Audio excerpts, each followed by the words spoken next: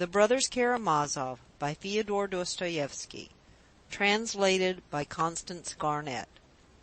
Book 8, Chapter 6. I am coming too. But Dmitri Fyodorovitch was speeding along the road. It was a little more than 20 versts to Mokrow, but Andrei's 3 horses galloped at such a pace that the distance might be covered in an hour and a quarter.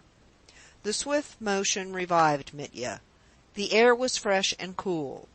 There were big stars shining in the sky. It was the very night, and perhaps the very hour, in which Alyosha fell on the earth and rapturously swore to love it forever and ever. All was confusion in Mitya's soul. But although many things were goading his heart, at that moment his whole being was yearning for her, his queen, to whom he was flying to look on her for the last time. One thing I can say for certain, his heart did not waver for one instant. I shall perhaps not be believed when I say that this jealous lover felt not the slightest jealousy of this new rival, who seemed to have sprung out of the earth. If any other had appeared on the scene, he would have been jealous at once, and would perhaps have stained his fierce hands with blood again. But as he flew through the night he felt no envy, no hostility even, for the man who had been her first lover. It is true that he had not yet seen him. Here there was no room for dispute. It was her right and his. This was her first love, which after 5 years she had not forgotten. So she had loved him only for those 5 years. And I, how do I come in? What right have I? Step aside, Mitya, and make way. What am I now? Now everything is over apart from the officer. Even if he had not appeared, everything would be over. These words would roughly have expressed his feelings if he had been capable of reasoning, but he could not reason at that moment. His present plan of action had arisen without reasoning. At Fenya's first words it had sprung from feeling, and been adopted in a flash, with all its consequences. And yet, in spite of his resolution, there was confusion in his soul, an agonizing confusion. His resolution did not give him peace.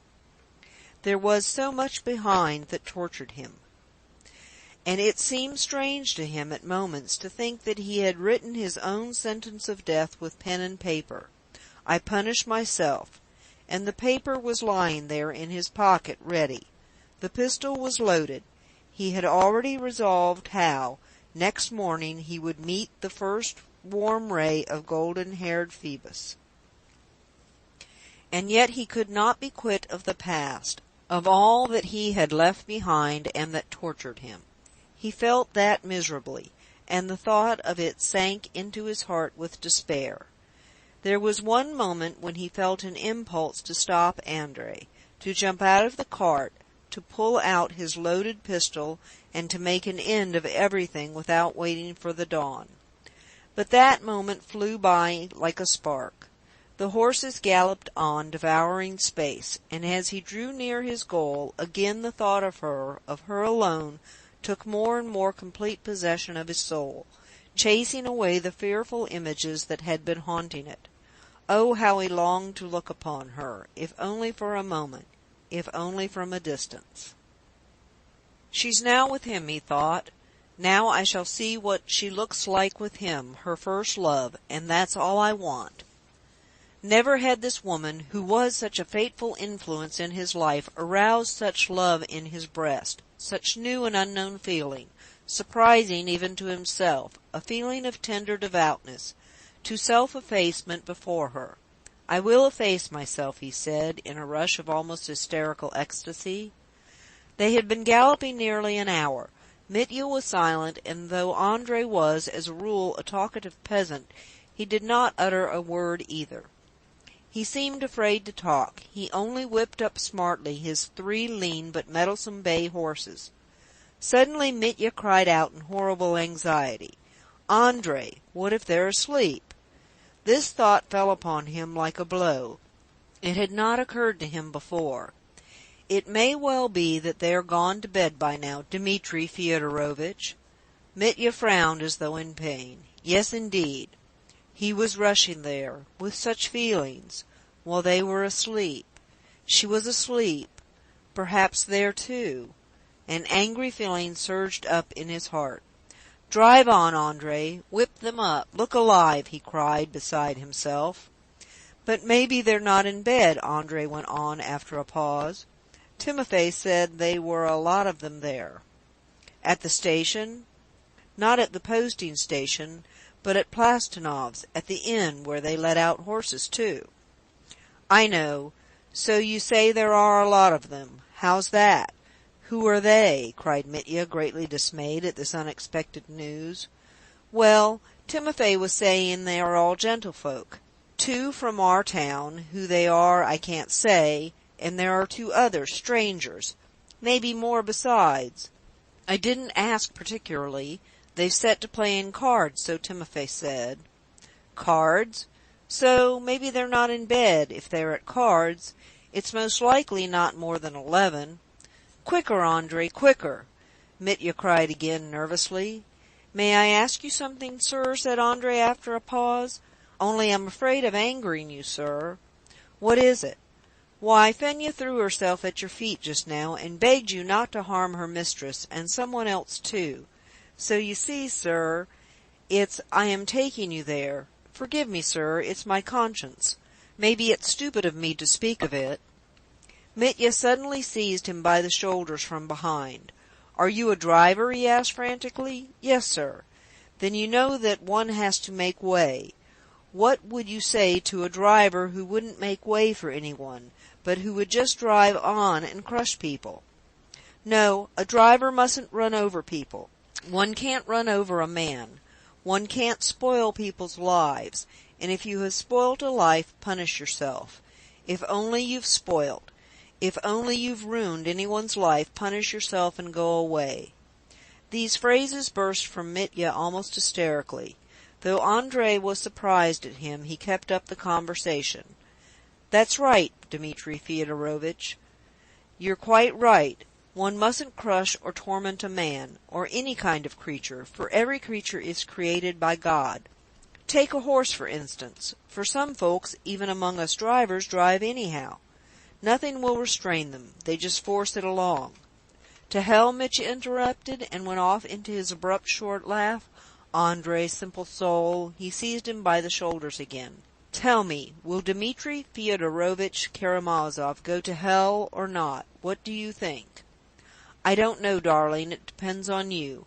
For you see, sir, when the Son of God was nailed on the cross and died, he went straight down to hell from the cross, and set free all sinners that were in agony. And the devil groaned, because he thought that he would get no more sinners in hell.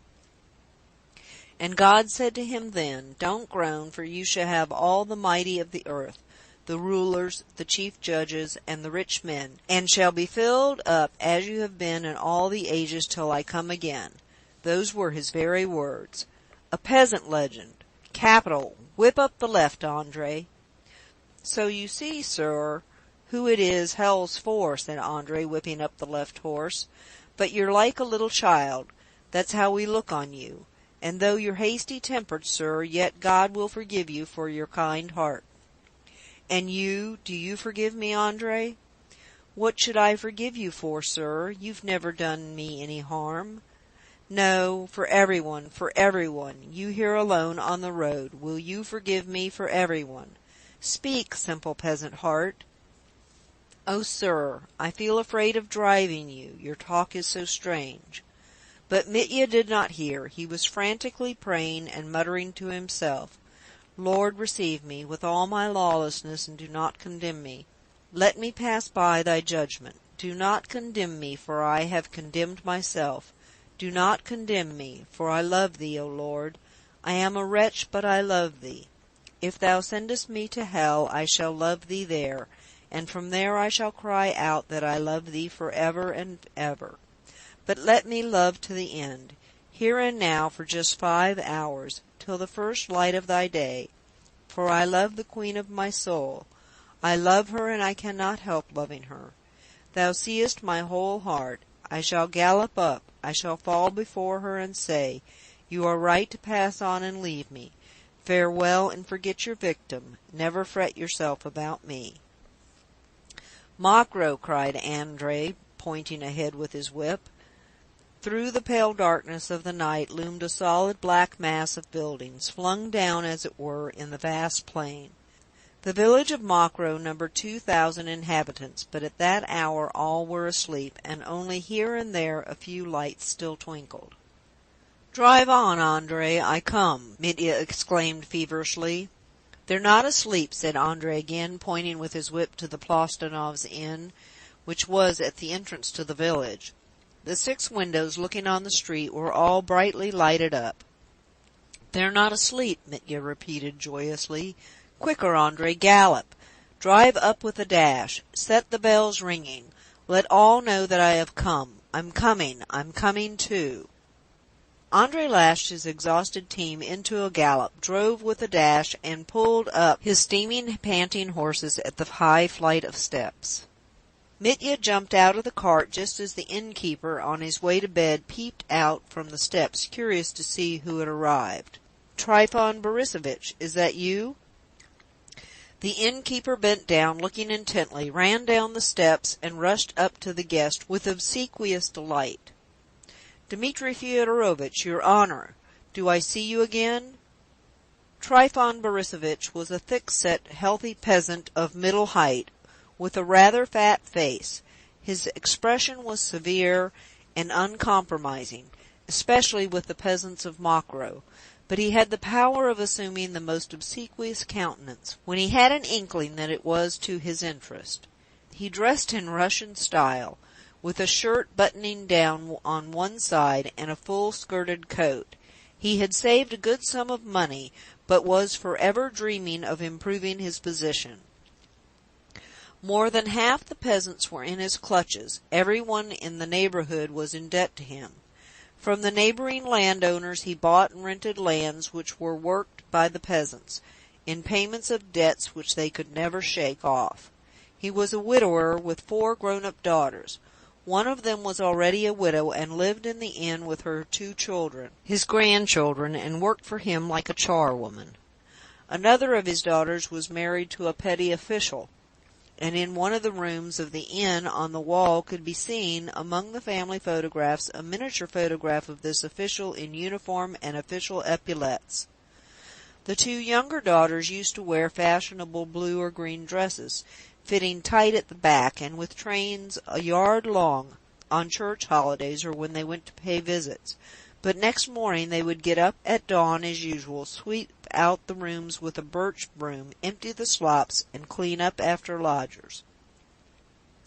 In spite of the thousands of roubles he had saved, Trifon Borissovitch was very fond of emptying the pockets of a drunken guest, and remembering that not a month ago he had, in 24 hours, made 2, if not 300 roubles out of Dmitri, when he had come on his escapade with Grushenka. He met him now with eager welcome, scenting his prey the moment Mitya drove up to the steps. "Dmitri Fyodorovitch, dear sir, we see you once more." "Stay, Trifon Borissovitch," began Mitya. "First and foremost, where is she?" "Agrafena Alexandrovna?" The innkeeper understood at once, looking sharply into Mitya's face. "She's here too." "With whom? With whom?" "Some strangers. One is an official gentleman, a Pole to judge from his speech. He sent the horses for her from here, and there's another with him, a friend of his or a fellow traveller. There's no telling, they're dressed like civilians." "Well, are they feasting? Have they money?" "Poor sort of a feast. Nothing to boast of, Dmitri Fyodorovitch." "Nothing to boast of? And who are the others?" "They're 2 gentlemen from the town. They've come back from Cherny, and are putting up here. One's quite a young gentleman, a relative of Mr. Musov, he must be, but I've forgotten his name. And I expect you know the other too, a gentleman named Maximov.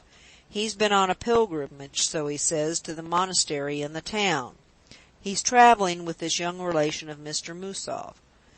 "Is that all?" "Stay, listen, Trifon Borissovitch. Tell me the chief thing. What of her? How is she?" "Oh, she's only just come. She's sitting with them." Is she cheerful? Is she laughing? No, I think she's not laughing much. She's sitting quite dull. She's combing the young gentleman's hair. The Pole? The officer? He's not young, and he's not an officer either. Not him, sir. It's the young gentleman that's Mr. Musov's relation. I've forgotten his name. Kalganov? That's it, Kalganov. All right, I'll see for myself. Are they playing cards? They have been playing, but they've left off. They've been drinking tea. The official gentleman asked for liqueurs.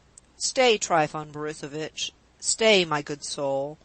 I'll see for myself. Now answer one more question. Are the gypsies here? You can't have the gypsies now, Dmitri Fyodorovitch. The authorities have sent them away. But we've Jews that play the cymbals and the fiddle in the village, so one might send for them. They'd come. Send for them. Certainly send for them, cried Mitya. And you can get the girls together as you did then, Marya especially, Stepanida too, and Arina. 200 rubles for a chorus. Oh, for a sum like that I can get all the village together, though by now they're asleep. Are the peasants here worth such kindness, Dmitri Fyodorovitch, or the girls either? To spend a sum like that on such coarseness and rudeness! What's the good of giving a peasant a cigar to smoke, the stinking ruffian? And the girls are all lousy. Besides, I'll get my daughters up for nothing, let alone a sum like that. They've only just gone to bed. I'll give them a kick and set them singing for you. You gave the peasants champagne to drink the other day, Ek. For all his pretended compassion for Mitya, Trifon Borissovitch had hidden 6 bottles of champagne on that last occasion, and had picked up 100-ruble note under the table, and it had remained in his clutches. Trifon Borissovitch, I sent more than 1,000 flying last time I was here. Do you remember? You did send it flying. I may well remember. You must have left 3,000 behind you. Well, I've come to do the same again. Do you see? And he pulled out his roll of notes and held them up before the innkeeper's nose. Now listen and remember. In an hour's time the wine will arrive, savories, pies, and sweets. Bring them all up at once. That box Andre has got is to be brought up at once too. Open it and hand champagne immediately. And the girls, we must have the girls, Marya especially. He turned to the cart and pulled out the box of pistols. Here, Andre, let's settle. Here's 15 rubles for the drive, and 50 for vodka. For your readiness, for your love. Remember Karamazov. I'm afraid, sir, Andre. Give me 5 rubles extra, but more I won't take. Trifon Borissovitch, bear witness. Forgive my foolish words. What are you afraid of? Asked Mitya, scanning him. Well, go to the devil, if that's it, he cried, flinging him 5 rubles. Now, Trifon Borissovitch, take me up quietly, and let me first get a look at them so that they don't see me. Where are they? In the blue room? Trifon Borissovitch looked apprehensively at Mitya, but at once obediently did his bidding. Leading him into the passage, he went himself into the first large room, adjoining that in which the visitors were sitting, and took the light away. Then he stealthily led Mitya in and put him in a corner in the dark, whence he could freely watch the company without being seen. But Mitya did not look long, and indeed he could not see them. He saw her, his heart throbbed violently, and all was dark before his eyes. She was sitting sideways to the table in a low chair, and beside her on the sofa was the pretty youth, Kalganov. She was holding his hand and seemed to be laughing, while he, seeming vexed and not looking at her, was saying something in a loud voice to Maximov, who sat on the other side of the table facing Grushenka. Maximov was laughing violently at something. On the sofa sat he, and on a chair by the sofa there was another stranger. The one on the sofa was lolling backwards, smoking a pipe, and Mitya had an impression of a stoutish, broad-faced, short little man who was apparently angry about something. His friend, the other stranger, struck Mitya as extraordinarily tall, but he could make out nothing more. He caught his breath. He could not bear it for a minute. He put the pistol case on a chest, and with a throbbing heart he walked, feeling cold all over, straight into the blue room to face the company. "Aie!" shrieked Grushenka, the first to notice him. End of chapter 6 of book 8.